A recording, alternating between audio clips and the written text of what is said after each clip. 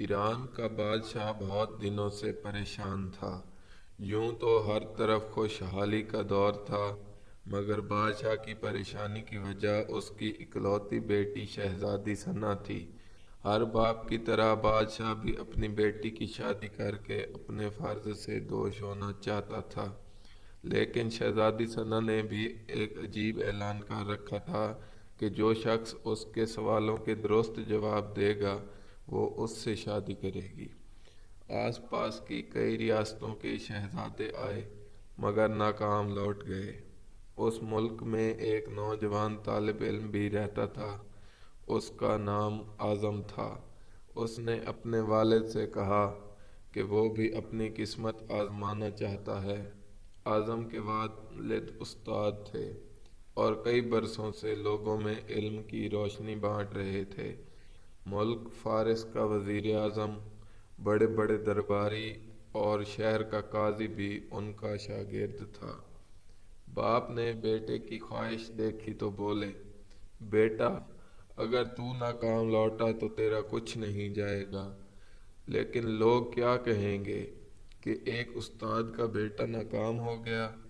اعظم نے اپنے باپ سے کہا، بابا بڑے بڑے شہزادے لوٹ گئے، اگر میں بھی ناکام ہو گیا تو کیا ہوا، یہ تو مقابلہ ہے، جو بھی جیت لے، اور شاید وہ خوش نصیب میں ہی ہوں۔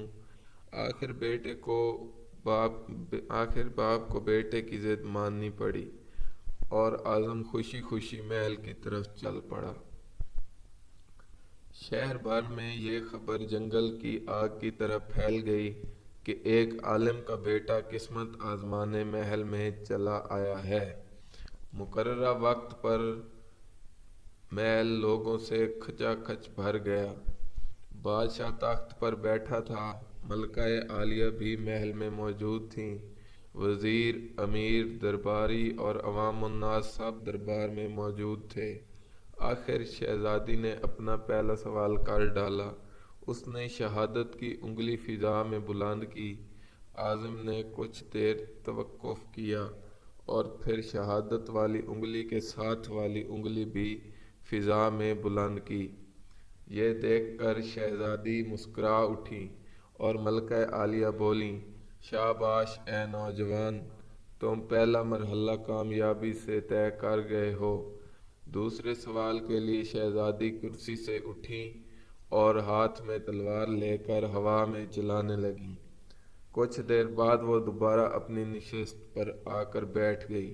بادشاہ سمیت ہر درباری کی نظر اعظم پر تھی۔ اعظم کھڑا ہوا اور اپنی جیب سے قلم نکال کر فضا میں بلند کر دیا، شاباش اے نوجوان، ہم خوش ہوئے، یہ جواب بھی درست ہے۔ ملکہ عالیہ کی آواز دربار میں ابھری۔ اسی کے ساتھ دربار مبارک ہو کی آواز سے گونج اٹھا۔ دو سوالات کیا تھے، ان کے جوابات کیا تھے، اب ہر شخص اس پر غور کر رہا تھا۔ شہزادی نے کیا پوچھا اور اعظم نے کیا جواب دیا، لوگوں کے لیے یہ ایک راز تھا۔ آخر شہزادی نے تیسرا سوال کر ڈالا۔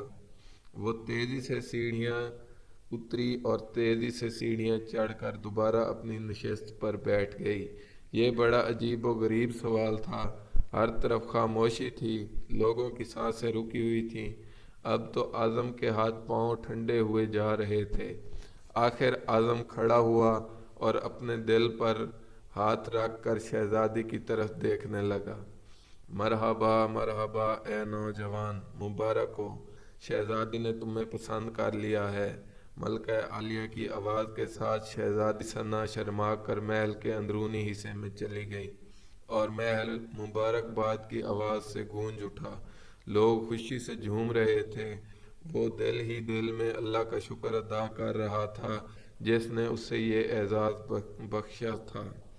بادشاہ نے اعظم سے پوچھا، اے نوجوان، ملکہ عالیہ کو تو تم نے مطمئن کر دیا، اب یہ بتاؤ کہ تم سے کیا پوچھا گیا تھا اور تم نے کیا جواب دیا۔